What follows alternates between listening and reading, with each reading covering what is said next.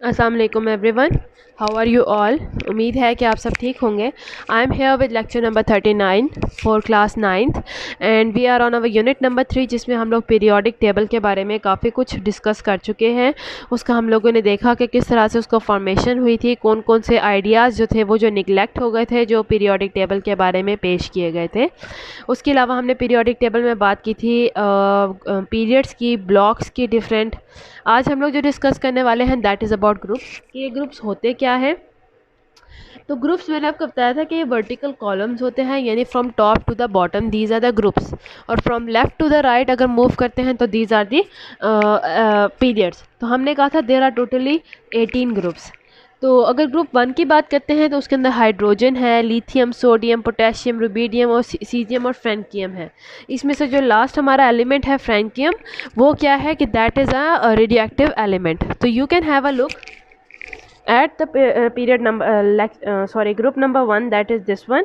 इसमें क्या है कि अगर आप देखें तो आपका जो ग्रुप 1 है उसके अंदर पहले क्या है, hydrogen first element, then lithium, sodium, potassium, rubidium, caesium और फ्रैंकियम। तो यहाँ पे दिस इज़ ग्रुप नंबर 1 और ये होती है वर्टिकल रोज, यानी from top to the bottom.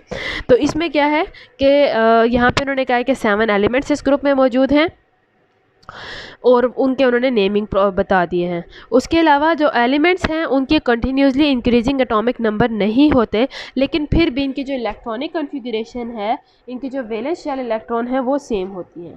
ठीक है, जैसे कि लिथियम, अगर हाइड्रोजन की बात करें तो हाइड्रोजन जो है उसका एटॉमिक नंबर है 1। अगर हम लोग उसके नेक्स्ट एलिमेंट जो कि लिथियम है उसकी बात करें, उसका एटॉमिक नंबर है 3। सोडियम की बात करते हैं, सोडियम का एटॉमिक नंबर है 11। अगर हम पोटेशियम की बात करते हैं, पोटेशियम का एटॉमिक नंबर है 19। रुबीडियम की बात करते हैं, रुबीडियम का एटॉमिक नंबर है 37। सीजियम का 55 और इसी तरह फ्रैंकियम का 87। तो ये थे तमाम elements of the group number 1। तो ग्रुप नंबर 1 के अगर आप तमाम एलिमेंट्स को देखें और इनके अगर आप एटॉमिक नंबर्स को देखें तो आप ये देखेंगे कि इनके जो एटॉमिक नंबर हैं वो इंक्रीज़ हो रहे हैं, लेकिन उनकी कोई एक स्पेसिफिक वेरिएशन नहीं है, स्पेसिफिक उनका पैटर्न नहीं है कि जिसके थ्रू इंक्रीज़ हो रहे हैं। देखिए यहाँ पे जस्ट एक एटॉमिक नंबर का गैप आया था, यहाँ पे आपके पास ऑलमोस्ट 8 एटॉमिक नंबर्स का, यहाँ पे 8, फिर इस तरह से यहाँ पे इंक्रीज़ हो गए हैं। ठीक है, तो ये होते हैं ये है कि इनमें जो एटॉमिक नंबर इंक्रीज़ हो रहे हैं उसका कोई स्पेसिफिक पैटर्न नहीं होगा कि इसी तरह से उन्होंने इंक्रीज़ होना है या इस तरह से उन्होंने डिक्रीज़ होना है। लेकिन अगर हम इनके इलेक्ट्रॉन्स को देखें in the outermost shell, तो इनकी जो वैलेंस इलेक्ट्रॉन्स होते हैं वो एक स्पेसिफिक शेल, सब शेल्स में मौजूद होते हैं। तो ये जो ग्रुप 1 है इसके तमाम अगर हम देखते हैं इसके वैलेंस इलेक्ट्रॉन्स को, तो इनके यहाँ पे एक स्पेशल बात ये है कि तमाम, हालांकि इन तमाम के एटॉमिक नंबर डिफरेंट हैं, लेकिन अगर इनके वैलेंस इलेक्ट्रॉन्स के ऊपर गौर किया जाए, यानी outermost electron, outermost shell में जो इलेक्ट्रॉन्स मौजूद होते हैं, तो ये जितने भी एलिमेंट्स हैं उन सब का जो वैलेंस इलेक्ट्रॉन का नंबर है, यानी कि आउटर मोस्ट शेल में जो इलेक्ट्रॉन होगा उसका आउटर मोस्ट शेल में जस्ट एक ही इलेक्ट्रॉन होगा। चाहे वो हाइड्रोजन है जिसका एटॉमिक नंबर है ही 1 तो उसका एक ही इलेक्ट्रॉन है, या लिथियम है, लिथियम के अंदर 2 इलेक्ट्रॉन मौजूद होते हैं और बाहर वाली शेल में 1 इलेक्ट्रॉन मौजूद होता है। सिमिलरली सोडियम है, उसका नंबर 11 है, तो 10 जो है इंटरनल शेल्स में मौजूद होंगे इलेक्ट्रॉन, और जो 1 है वो आउटर मोस्ट शेल में इलेक्ट्रॉन मौजूद होगा। सिमिलरली ये जो तमाम एलिमेंट्स हैं इनका क्या स्पेसिफिक प्रॉपर्टी है, इनके ग्रुप के नेम की वजह, नेम के ऊपर इनके अंदर नंबर ऑफ़ इलेक्ट्रॉन्स जो हैं हम लोग देख सकते हैं कि कितने होंगे आउटर मोस्ट। जिस तरह के ये ग्रुप नंबर 1 है तो इससे हमें ये पता चल जाना चाहिए कि इस ग्रुप में आउटर मोस्ट जो इलेक्ट्रॉन होगा उसका जो नंबर होगा दैट इज़ ओनली 1। ग्रुप 2 है तो उसका आउटर मोस्ट जो नंबर ऑफ़ इलेक्ट्रॉन्स होंगे वो 2 होंगे। ग्रुप 3 के outer most number of electrons 3 होंगे। तो ये एक स्पेशल अरेंजमेंट है और इसकी वजह से ये जो एक ग्रुप होता है उसको हम लोग एक फैमिली का नाम देते हैं। जैसे कि ये जो पहला ग्रुप है these are the elements of the group number 1, तो ये पहला ग्रुप है, इसके जितने भी एलिमेंट्स हैं इनको एक फैमिली का नाम दे दिया गया है, दैट इज़ अल्कली मेटल्स। इनको एक स्पेशल नाम दिया गया है जो और किसी ग्रुप के पास नहीं है, दैट इज़ अल्कली मेटल्स। और ये हर ग्रुप का अपना अपना कुछ चंद ग्रुप्स हैं जिनको नेमिंग दिया गया है, नेमिंग प्रोसेस जिनका किया गया है, और इनका जो है इन ग्रुप का जो है that is alkali metals.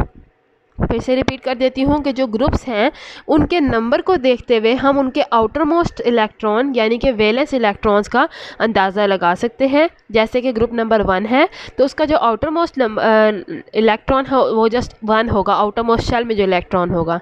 Group number 2 है उसके जो आउटर मोस्ट शेल में इलेक्ट्रॉन्स होंगे वो 2 होंगे। ग्रुप नंबर 3 के आउटर मोस्ट शेल में 3 इलेक्ट्रॉन्स मौजूद होंगे एंड सो ऑन। इसी तरह से अगर हम इनकी सब शेल्स की बात करते हैं तो इनकी सब शेल भी सेम है। जैसे एक ग्रुप 1 है, इसके जो आउटर मोस्ट इलेक्ट्रॉन है हमने कह दिया है कि वो जस्ट 1 है, लेकिन कौन सी सब शेल है? तो ये तमाम जो एलिमेंट्स हैं इनकी जो सब शेल होगी दैट वुड बी एस, यानी कि अंदर चाहे जो सी भी पी आ गई, डी आ गई, एस आ गई, लेकिन जो आउटर मोस्ट शेल होगी जहाँ पे इलेक्ट्रॉन का सिलसिला आगे ख़त्म हो रहा है, जहाँ पे जस्ट 1 इलेक्ट्रॉन मौजूद है तमाम एलिमेंट्स का, वो जो आउटर मोस्ट शेल होगी तमाम इलेक्ट्रॉन्स की दैट वुड बी 1। इसी तरह अगर हम लोग बात करते हैं जो ग्रुप 1, 2 है और 13 से 17 है, ये नॉर्मल एलिमेंट्स कहलाते हैं। नॉर्मल एलिमेंट्स क्या होते हैं कि जिनकी इनर शेल्स जो हैं वो कम्प्लीटली फिल्ड होती हैं इलेक्ट्रॉन से, और सिर्फ जो आउटर शेल्स हैं वो इनकम्प्लीट होती हैं। जैसे कि ये है, इसमें एस सब शेल आउटर है, इसको कंप्लीट होने के लिए 2 इलेक्ट्रॉन्स की ज़रूरत है, लेकिन इसमें जस्ट 1 इलेक्ट्रॉन्स हैं। तो वो कहते हैं, let me show you with the help of diagram. तो वो कहते हैं कि अगर आप ग्रुप के नंबर देखें तो 1 से लेकर 18, 1 स्टार्टिंग फ्रॉम दिस पॉइंट तो 18, तो वह कहते हैं ग्रुप नंबर 1, 2 और ग्रुप नंबर 13 से लेकर ग्रुप नंबर 18 तक ये तमाम जो एलिमेंट्स हैं ये नॉर्मल हैं। ठीक है, ये नॉर्मल एलिमेंट्स हैं, रिप्रेजेंटेटिव एलिमेंट्स हैं, जबकि जो ये दरमियान वाले हैं ये स्पेशल एलिमेंट्स होते हैं जिनको हम लोग ट्रांजिशन एलिमेंट्स का भी नाम देते हैं, और दोनों में डिफरेंस है। नॉर्मल, रिप्रेजेंटेटिव एलिमेंट और ये ट्रांजिशन एलिमेंट्स में क्या डिफरेंस है कि नॉर्मल की जब फिलिंग हो रही होती है इलेक्ट्रॉन्स की, तो सबसे पहले इनर शेल जो है वो कंप्लीट होंगी, तभी वो नेक्स्ट शेल पे बात करेंगे, वरना अदरवाइज़ पहले इनर शेल कंप्लीट होगी, अगर इलेक्ट्रॉन ख़त्म हो गए तो ख़त्म, बाहर वाली शेल पे नहीं आएंगे। लेकिन जो ट्रांजिशन एलिमेंट्स हैं उनके अंदर भी गैप्स होते हैं। जैसे कि अगर हम लोग बात करते हैं ग्रुप नंबर 17, उसके अलावा मैंने आपको क्या बताया था कि वो एलिमेंट्स जो एक स्पेसिफिक ग्रुप में मौजूद होते हैं तो उस ग्रुप के नंबर को देखते हुए हम उनका नेमिंग प्रोसेस कर सकते हैं। अगर ग्रुप नंबर जैसे 3 है, ठीक है, तो वो उसके अंदर यानी आउटर मोस्ट इलेक्ट्रॉन जो हैं वो 3 होंगे। ग्रुप नंबर 4 उसके अंदर आउटर मोस्ट इलेक्ट्रॉन जो हैं वो 4 होंगे। तो इन ग्रुपिंग के हिसाब से हम इनके नंबर ऑफ़ इलेक्ट्रॉन्स को डिफ़ाइन कर सकते हैं। अब मैं आपको टेबल नंबर 3.2 जो आपकी बुक में दिया गया है पेज नंबर 50 में, जिसमें डिफरेंट ग्रुप्स के बारे में बात की है, उसकी मदद से थोड़ा सा समझाने की कोशिश करती हूँ। जैसे कि have a look at this table, यहाँ पे पहले वैलेंस इलेक्ट्रॉन्स हैं, ठीक है, 1 इलेक्ट्रॉन है इन ग्रुप नंबर 1, 2 इलेक्ट्रॉन्स हैं इन ग्रुप नंबर 2, 3 इलेक्ट्रॉन्स हैं इन ग्रुप नंबर 13। तो यहाँ पे जैसे आप 10 को रिमूव कर दें, जो यूनिट नंबर है उसके ऊपर फोकस करेंगे। 4 इलेक्ट्रॉन्स हैं in group number 14, 5 electrons in group number 15, 6 electrons in group number 16, 7 electrons in group number 17 और 8 इलेक्ट्रॉन्स इन ग्रुप नंबर 18। तो ये हो गए वैलेंस इलेक्ट्रॉन कि किस तरह से हम अंदाज़ा लगा सकते हैं कि कौन से एलिमेंट्स हैं जो एक स्पेसिफिक ग्रुप में हैं, उनके अंदर जो आउटर मोस्ट इलेक्ट्रॉन्स होंगे हम उनके नेमिंग, उस ग्रुप के नेम के हिसाब से हम अंदाज़ा लगा सकते हैं कि उसके अंदर कितने आउटर मोस्ट इलेक्ट्रॉन्स मौजूद होंगे। इसके बाद अगर हम लोग बात करते हैं अबाउट द फैमिली नेम, तो जो ग्रुप नंबर 1 है it is called as alkali metals. Group number 2 है that is called as alkaline earth metals. Group number 13 जो है that is called as boron family, क्योंकि उसका जो पहला एलिमेंट है that is boron. Group number 14 जो है that is called as carbon family, क्योंकि उसका जो पहला एलिमेंट है वो कार्बन है, फर्स्ट मेंबर जो है। Group number 15 nitrogen family. Group number 16 oxygen family. Group number 17 halogen family और ग्रुप नंबर 18 जो है हमारा वो है नोबल गैसेस का। तो हर ग्रुप को जो है एक स्पेसिफिक नाम दे दिया गया है जो, और अगर जब हम लोग कहते हैं अल्कली मेटल्स तो जहन में आ जाना चाहिए, अगर आपको ग्रुप के तमाम मेंबर्स का याद है और मैं आपसे कहूँ कि अल्कली मेटल्स पे हम बात करने लगे हैं तो आपके जहन में तमाम के तमाम मेंबर्स उसी टाइम आ जाएंगे। अगर मैं कहूँ ग्रुप 1 तो तब भी आपको समझ आ जाएगी कि मैं अल्कली मेटल्स की बात कर रही हूँ। सिमिलरली जो हेलोजन फैमिली है that is the group number 18। ये मोस्ट इनर्ट फैमिली है, यानी कि इसके तमाम के तमाम जो इलेक्ट्रॉन्स होते हैं आउटर मोस्ट शेल में वो कंप्लीट होते हैं, और ये इनर्ट है यानी कि ये किसी से ज़्यादा रिएक्ट नहीं करते हैं, रिएक्टिव नहीं है, नॉन रिएक्टिव स्पीशीज़ हैं क्योंकि इनके आउटर मोस्ट इलेक्ट्रॉन्स कंप्लीट हैं और इनकी वैलेंसी जो है, वैलेंस शेल जो है वो फुल है।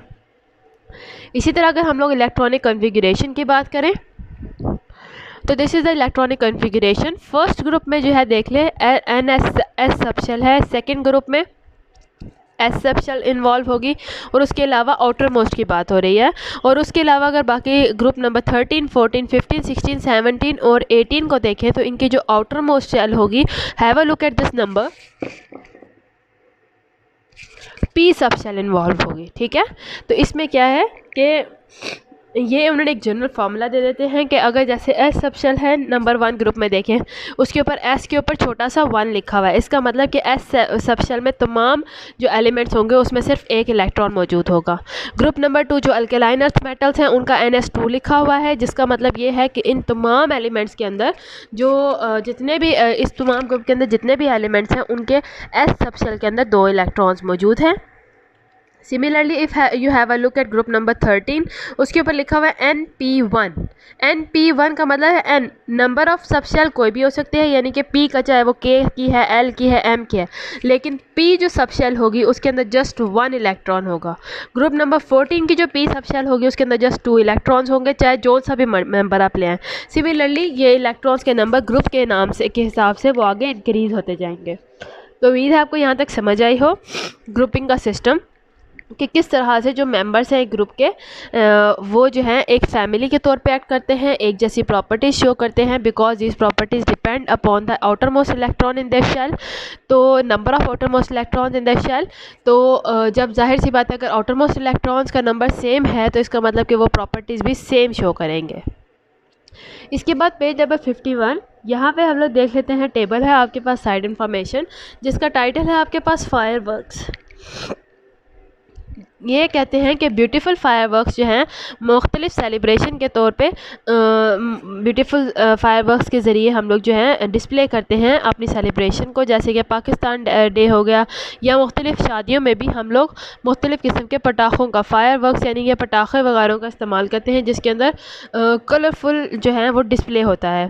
ये टेक्नोलॉजी चाइना ने इन्वेंट की थी और is used as all over the world, use all over the world. ये जो टेक्नोलॉजी है पटाखों की, ये चाइना ने इन्वेंट की थी सबसे पहले, और ये तमाम दुनिया में जो है आज के दौर में इस्तेमाल होती है मुख्तलिफ सेलिब्रेशंस को शो करने के लिए। ये कलरफुल पटाखों का, फायरवर्क्स का इस्तेमाल किया जाता है।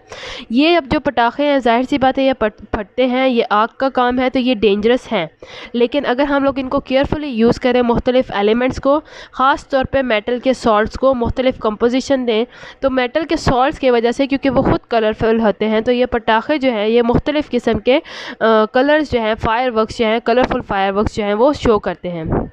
कौन कौन से एलिमेंट्स हैं जिसमें शो कर सकते हैं? मैग्नीशियम है, एल्यूमिनियम है, इनको पाउडर फॉर्म में यूज़ किया जाता है। इसी तरह अगर सोडियम का सॉल्ट है उसको लें तो वो येलो कलर के पटाखे उसके बनाने के काम आ सकते हैं। अगर सोडियम सॉल्ट को डाला है तो जो पटाखा है जब वो फटेगा तो येलो कलर डिस्प्ले करेगा। कैल्शियम को अगर आप यूज़ करेंगे तो वो रेड कलर डिस्प्ले करेगा। स्ट्रॉन्शियम को अगर आप यूज़ करते हैं तो वो स्कारलेट कलर को डिस्प्ले करेगा। बेरियम को यूज़ करें ग्रीन कलर को डिस्प्ले करेगा। कॉपर को यूज़ करें तो वो ब्लूइश कलर को डिस्प्ले, ब्लूइश ग्रीन कलर को डिस्प्ले करेगा। तो इस तरह से हम लोग मुख्तलिफ सॉल्ट्स ले लेते हैं मेटल्स की, और उनकी मदद से जो है हम मुख्तलिफ फायर वर्क्स, जो फायर वर्क्स हैं बनाते हैं, पटाखे बनाते हैं, एक्सप्लोजिव बनाते हैं, और जब वो फटते हैं तो उनमें ये उनके अंदर जो मेटल्स मौजूद होंगे उनकी वजह से जो है वो मुख्तलिफ किस्म के कलर्स को शो करते हैं। आम तौर पे जो नाइट्रेट्स और क्लोरेट्स हैं उनको इस्तेमाल किया जाता है, ठीक है, और बाकी के जो केमिकल्स हैं वो डाले जाते हैं ताकि हम लोग मुख्तलिफ़ किस्म के शेड्स लेके आ सकें, ब्रिलियंस यानी ब्राइट बना सकें उसको, और मुख्तलिफ़ कलर के शेड्स ला सकें।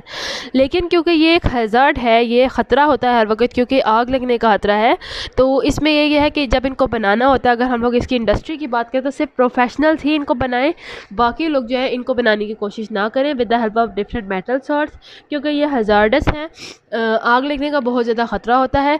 तो इससे अपनी जानों को, माल को, इनको नुकसान ना पहुंचाएं और इस तरह के कामों में हिस्सा ना लें।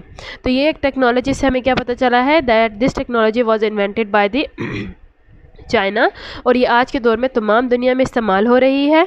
और इसमें क्या है कि हम लोग मुख्तलिफ़ कलरफुल पटाखे बनाने के लिए मुख्तलिफ़ किस्म के मेटल सॉल्ट्स का इस्तेमाल करते हैं।